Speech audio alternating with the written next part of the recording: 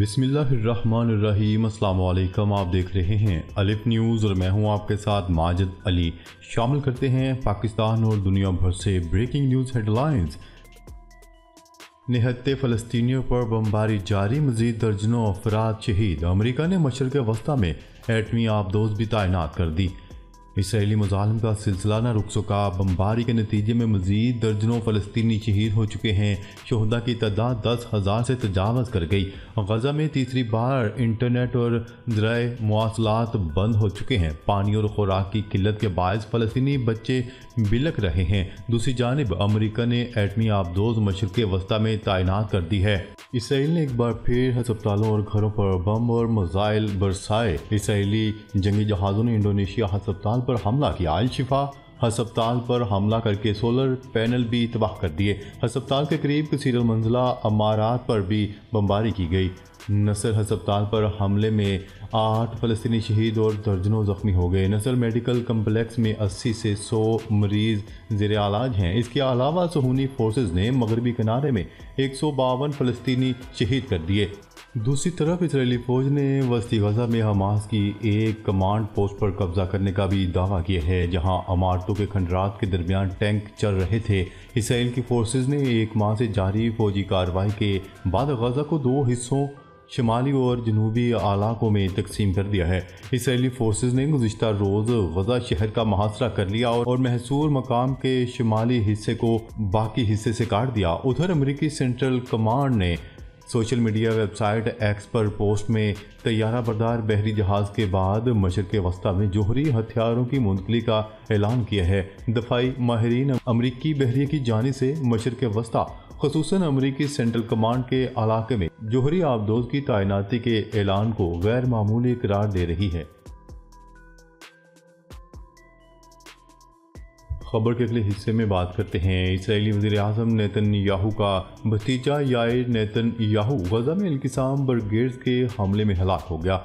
خبر ساں ادارے ترکی کے مطابق یائر نیتن یاہو غزہ میں القسام برگیڈ کے خلاف لڑائی کے دوران ہلاک ہوا۔ اطلاعات کے مطابق یائر نیتن یاہو اسرائیلی فوج میں کپتان تھا۔ میڈیا رپورٹس میں بتایا گیا ہے کہ یائر نیتن یاہو غزہ میں ڈیپ انفلٹریشن سنائپر یونٹ کا سربراہ تھا، جو ڈینجرس سنائپر کے نام سے جانا جاتا تھا۔ دوسری طرف ایک غیر ملکی ٹی وی کو دیے گئے انٹرویو میں اسرائیلی وزیر اعظم نیتن یاہو کا کہنا تھا کہ حماس کے ساتھ جنگ کے بعد اسرائیل غزہ کی پٹی کی غیر معینہ مدت کے لیے سلامتی کی مجموعی ذمہ داری سنبھالے گا۔ نیتن یاہو کا کہنا تھا کہ غزہ میں اس وقت تک جنگ بندی نہیں ہوگی جب تک حماس کے ہاتھوں یرغمالیوں کو رہا نہیں کیا جاتا۔ خیال ہے کہ 8 اکتوبر سے اسرائیل کی جانب سے غزہ پر کیے جانے والے ہولناک حملوں میں اب تک شہید فلسطینیوں کی تعداد 10,000 سے اوپر چلی گئی ہے۔ خبر کے اگلے حصے میں بات کرتے ہیں اہلکاروں کی ہلاکتیں، اسرائیل کرائے کے فوجی بھرتی کرنے لگا۔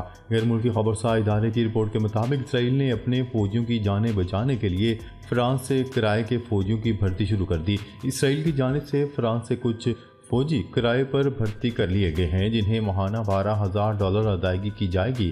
اسرائیل نے دیگر ممالک سے بھی فوجی بھرتی کرنے کے لیے رابطے شروع کر دیے ہیں۔ اسرائیل کی جانب سے بھرتی کیے گئے کرائے کے فوجی جنگ میں اسرائیلی فوجیوں کے ساتھ لڑائی میں شرکت کریں گے۔ رپورٹ کے مطابق اسرائیل کے اس اقدام کا مقصد اسرائیلی فوجیوں کو غزہ میں براہ راست تصادم سے بچانا ہے۔ واضح ہے کہ غزہ میں آپریشن کے دوران اسرائیلی فوجیوں کی ہلاکتوں میں اضافہ ہو گیا ہے اور زمینی آپریشن میں اب تک 29 فوجی افسران اور اہلکار مارے گئے ہیں، جس کے بعد 7 اکتوبر سے اب تک مارے جانے والے اسرائیلی فوجیوں کی تعداد 346 ہو گئی ہے۔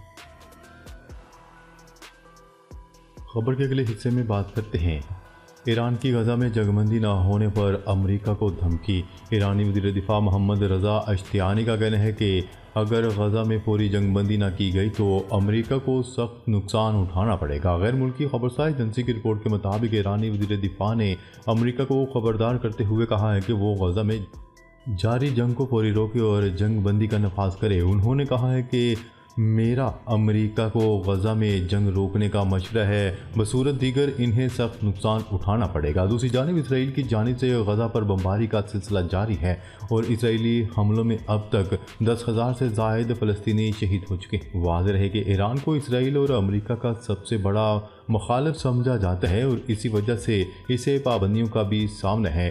اس وقت بھی فلسطین کو ایران کی حمایت حاصل ہے اور اسرائیل یہ سمجھتا ہے کہ حماس کو اسلحہ بھی ایران ہی سپلائی کر رہا ہے، جبکہ ایران امریکہ کو اسرائیل حماس جنگ میں شریک قرار دیتا ہے۔ خبر کے اگلے حصے میں بات کرتے ہیں غزہ پر حملے جاری، نیتن یاہو اور جو بائیڈن کا ٹیلی فونک رابطہ۔ اسرائیلی جارحیت کے باعث فلسطینی شہداء کی تعداد 10,000 سے تجاوز کر چکی ہے۔ ایسے میں امریکی صدر جو بائیڈن کا اسرائیلی وزیر اعظم نیتن یاہو سے ٹیلی فونک رابطہ ہوا ہے۔ غیر ملکی ذرائع ابلاغ کے مطابق امریکی صدر جو بائیڈن اور اسرائیلی وزیر اعظم نیتن یاہو کے درمیان ہونے والے ٹیلی فونک رابطے میں دونوں رہنماؤں نے غزہ میں حملوں میں وقفوں کے امکانات پر گفتگو کی۔ دوسری جانب اسرائیل کی جانب سے غزہ پر بربریت کا سلسلہ جاری ہے، جس کے نتیجے میں اب تک ہزاروں کی تعداد میں معصوم شہری لقمہ اجل بن چکے ہیں۔ غزہ اور مصر کے درمیان رفح کراسنگ کو مریضوں غیر ملکیوں کے انخلاء کے لیے دوبارہ کھول دیا گیا۔ غیر ملکی خبرساں ادارے کی رپورٹ کے مطابق کہا جا رہا ہے کہ رفح کراسنگ سے اب تک 90 سے زائد فلسطینی زخمیوں کو مصر منتقل کیا جا چکا ہے۔ اس سے قبل ایمبولینس پر اسرائیلی حملوں کے بعد رفح کراسنگ بند کر دی گئی تھی۔ مصری حکام کے مطابق رفح کراسنگ 2 روز بند رہی تھی۔ غزہ سے آج تیمارداروں سمیت 13 زخمی رفح کراسنگ سے مصر آئے ہیں۔ خبر کے اگلے حصے میں بات کرتے ہیں غزہ بچوں کے قبرستان میں تبدیل ہو گیا، انطونیو گوٹریس۔ اقوام متحدہ کے سیکرٹری جنرل انطونیو گوٹریس نے کہا ہے کہ 30 سالوں میں سب سے زیادہ صحافی گزشتہ 4 ہفتوں میں مارے گئے اور غزہ بچوں کے قبرستان میں تبدیل ہو گیا ہے۔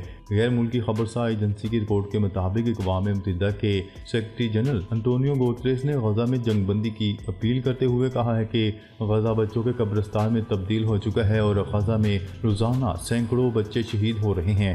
انہوں نے کہا ہے کہ 30 سالوں میں سب سے زیادہ صحافی گزشتہ 4 ہفتوں میں مارے گئے ہیں اور اقوام متحدہ کے سب سے زیادہ 88 امدادی کارکن بھی اسی جنگ میں مارے جا چکے ہیں۔ دوسری جانب غزہ کے مسلسل اسرائیلی محاصرے کی وجہ سے محصور فلسطینی شہریوں کو قحط کا سامنا کرنا پڑ رہا ہے اور غزہ کے 23 لاکھ افراد کو پانی، کھانے اور ایندھن کی فراہمی معطل ہو چکی ہے۔ محاصرے کی وجہ سے شہریوں کو قحط جیسی صورتحال کا سامنا ہے، جبکہ بچے خوراک اور پانی کے لیے بلک رہے ہیں۔ اسرائیلی بمباری کے نتیجے میں غزہ کا انفراسٹرکچر مکمل طور پر تباہ ہو چکا ہے۔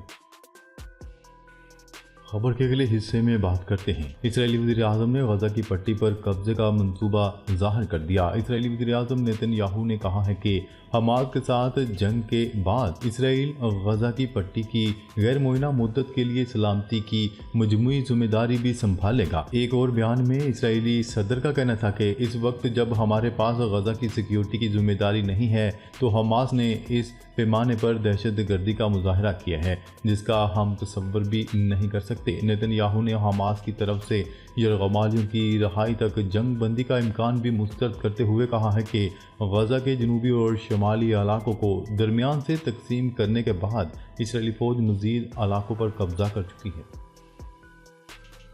خبر کے اگلے حصے میں بات کرتے ہیں یوکرین نے روسی میزائل حملے میں 19 فوجیوں کی ہلاکت کی تصدیق کر دی۔ یوکرین نے گزشتہ ہفتے روسی میزائل حملے میں 19 فوجیوں کی ہلاکت کی تصدیق کر دی ہے۔ یوکرینی میڈیا کی رپورٹ کے مطابق بتایا گیا تھا کہ 3 نومبر بروز جمعہ جنوب مشرقی یوکرین میں زیپوریزیا کے شہر میں اگلے محاذ پر ہونے والی ایوارڈز کی ایک تقریب پر میزائل حملے میں فوجیوں کی ہلاکتیں ہوئی ہیں۔ تاہم حکومتی سطح پر ان ہلاکتوں کی تصدیق اب کی گئی ہے۔ برطانوی خبرساں ادارے کی رپورٹ کے مطابق یوکرین کی 128ویں ماؤنٹین اسالٹ بریگیڈ کی جانب سے آج جاری کردہ بیان میں 19 فوجیوں کی ہلاکتوں کی تصدیق کی گئی ہے۔ ہفتے کے روز یوکرینی وزارت دفاع نے کہا تھا کہ حملے کی تحقیقات شروع کر دی گئی ہیں۔ یوکرینی فوج کی جانب سے جاری کیے گئے ایک علیحدہ بیان میں بتایا گیا تھا کہ روس نے اس علاقے کو اسکندر بیلسٹک میزائل سے نشانہ بنایا، جہاں اس تقریب کے لیے فوجی جمع تھے۔ دیر انصار روسی وزارت دفاع کا کہنا تھا کہ روسی افواج نے یوکرینی فوجیوں کو نشانہ بنایا ہے، جس میں کم از کم 30 فوجی ہلاک ہوئے۔ ناظرین، اب تک کے لیے اتنا ہی۔ مزید خبریں لے کر بہت جلد آپ کی خدمت میں حاضر ہوں گے۔ تب تک کے لیے اپنا خیال رکھیے گا۔ اللہ نگہبان۔